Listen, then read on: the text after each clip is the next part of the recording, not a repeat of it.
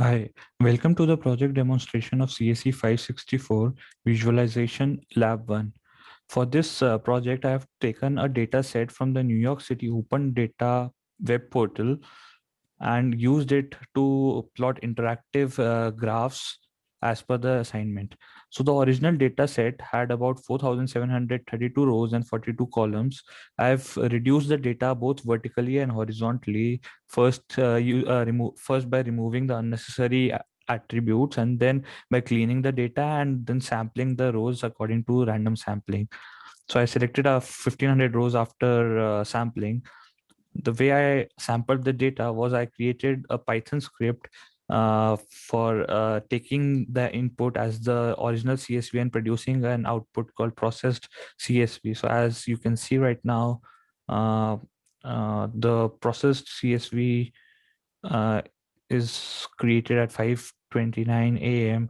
After I run this script, the file would update, and now the sample data has been produced. I am using this sample data to plot my graphs on the React application. So this application is developed using React and D3 library for visualization. Okay, so let us begin by taking a look at the various bar charts that I plotted for this assignment. So I plotted all the categorical variables on a bar chart. So these are all the categorical variables in the data set. Then I plotted all the numerical variables on the histogram. And then I gave the option of plotting either of the numerical or categorical variable on either of the axes in a scatter plot. So the way this menu works is that you select the axis and then a variable for that axis. So let us begin by taking a look at the bar chart for program group. So program group is nothing but a program or a particular scheme under which the housing unit were made. So we can see that most of the housing units were made under this multi-family finance program. So if I just hover over the bar, the color of the bar changes to red, and we can see the frequency, or basically the number of housing units that were made under that particular scheme, which is in red color, which is 963 for this. This is as per the assignment. And then we have bar charts for each of these variables. For borough, which is basically an uh, area or a city, area within a city or state. We can see that most of the housing units were made in Brooklyn. Similarly, we have bar charts for postal code. So, or zip code. So basically, a state or city may have a number of zip codes. So what I did was I basically sorted all these in the descending order of the frequency of housing units created in them. And I took the first 20 and then combined all the others into an others category for representing them in the bar chart. Similarly, we have bar chart for council districts, census tract, neighborhood tabulation area, report construction type, which is whether it's a preservation or a new construction. Then we have a histogram for all the numerical variables. So let us take a look at the low income units. So these are units basically built for individuals which earn about 50 to 80% of the average median income in a particular area. So if I just hover over the bar, we see that the height of the bar increases a bit to provide a effect.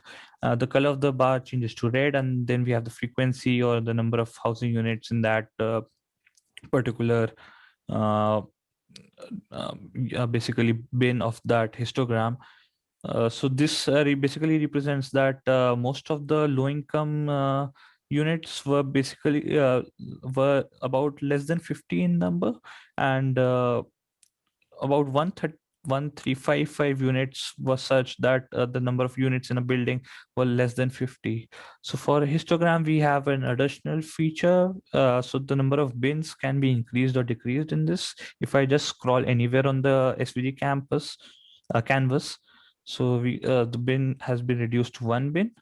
If I just scroll or drag in the opposite direction, the number of bins increase, and the data can be better visualized now. Similarly, I can do it back. Then we have a histogram for each of this numerical variable. Extremely low income units are for individuals who earn less than 30% of the AMI, which is average median income. Very low income units are basically for people within 30 to 50% of the AMI. Then we have counted rental units, which are basically units under which an individual or a landlord has been helped financially under this particular scheme or project of the building. Then we have counted home ownership units, which are basically how many units are there within a building for which financial assistance or basically relocation has been provided to homeowners rather than people who rent it.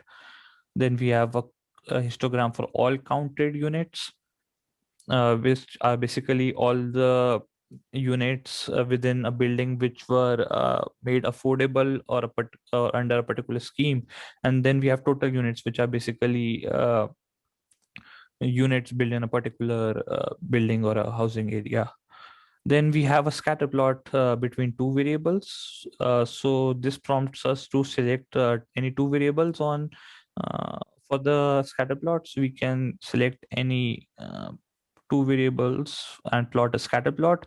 So I can basically change any of the variable, select any of the variable here for either of the axis. We can plot either numerical or categorical variable. So that is not a problem.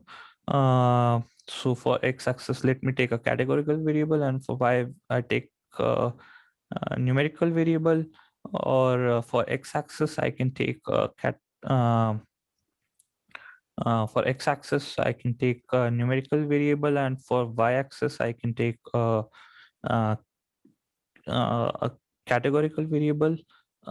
Then we have a special case in this. If I select both the x-axis or the y-axis to be categorical, so if I plot, say, program group on the x-axis and uh, borrow on the y-axis, so in this case, both the variables are categorical in nature. So what should we see should be a single point, but basically I have scattered the points in a randomized fashion to provide a real interpretation of the data. So from this kind of data, we can also see the intensity of a particular variable in a uh, as per another variable. So from this graph chart, we can see that uh, that under the multi-finance program, multi-family finance program, I have more chances of getting a unit or a housing unit in Brooklyn than in Queens, since there are less housing units in Queens and more in Brooklyn. So in summary, I have a menu-driven approach for this, and all the scrolling of the histogram and the color changing has been plotted. This covers all the main points of the assignment. Thank you for watching.